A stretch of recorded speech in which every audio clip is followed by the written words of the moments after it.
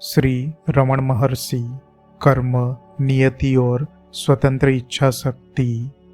तो आइए पढ़ते हैं श्री रमण महर्षि कर्म, नियति और स्वतंत्र इच्छा शक्ति के बारे में क्या बताते हैं। तो आइए शुरू करते हैं। नमस्कार दोस्तों, स्वागत है आपका हमारे चैनल MS नॉलेज में। प्रश्न, कहा जाता है कि प्रारब्ध कर्म शरीर के अंत तक रहते हैं। क्या कोई शरीर के रहते ही उनके प्रभाव से बच सकता है? श्री रमण उत्तर देते हैं, हाँ, कर्म का आश्रयभूत कर्ता अहंकार जो आत्मा तथा शरीर के बीच में उत्पन्न हो गया है, वह अपने उद्गम स्थान में लुप्त होकर अपना अलग अस्तित्व मिटा दे तो उसके आधार पर ही रहने वाले कर्म कैसे रह सकते हैं? प्रश्न, कहा जाता है कि प्रारब्ध कर्म पूर्व जन्मों में इकट्ठे किए गए संचित कर्मों का छोटा सा भाग है। क्या यह सच है? श्री रमण उत्तर देते हैं, मनुष्य ने अपने पूर्व जन्मों में कई कर्म किए हो सकते हैं।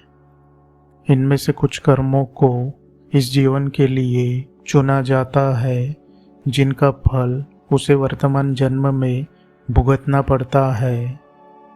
यह प्रक्रिया स्लाइड शो जैसी है, जिसमें प्रक्षेपण करने वाला कुछ स्लाइडों का एक प्रदर्शन के लिए चयन करता है और शेष को दूसरे प्रदर्शन के लिए सुरक्षित रखता है। ये सारे संचित कर्म आत्मज्ञान से नष्ट किए जा सकते हैं।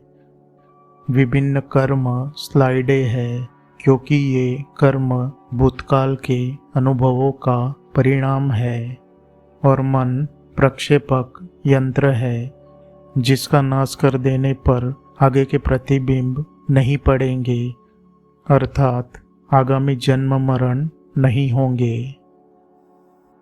प्रश्न, प्रक्षेपण करने वाला कौन है? किस व्यवस्था के अनुसार वह संचित कर्मों का छोटा सा भाग पसंद करता है और निश्चित करता है कि इन प्रारब्ध कर्मों का फल भोगना पड़ेगा?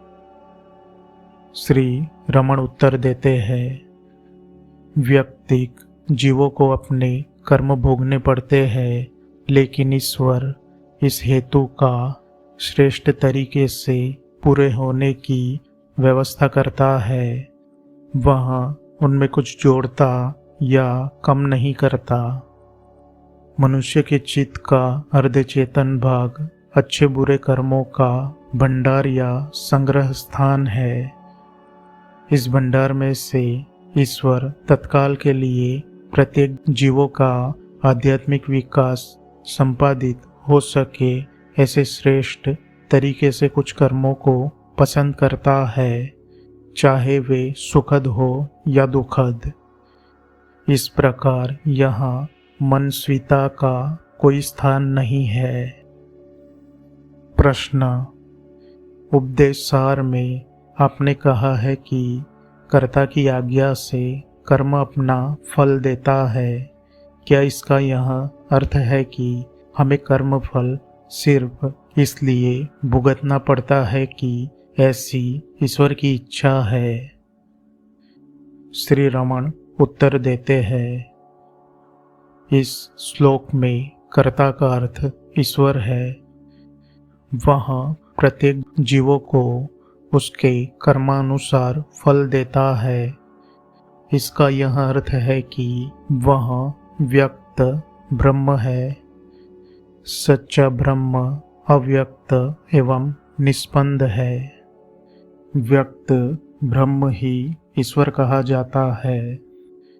वह प्रत्येक को उसके कर्मों के अनुसार फल देता है। इसका ऐसा अर्थ है कि ईश्वर केवल मध्यस्थ है जो श्रम के अनुसार पारिश्रमिक देता है। बस इतना ही। ईश्वर की शक्ति के सिवा कर्म हो ही नहीं सकता। इस कारण कर्म को जड़ कहा गया है। इसका अगला पार्ट जरूर देखें ताकि आपको कर्म, नियति और स्वतंत्र इच्छा शक्ति क्या है समझ में आ सके।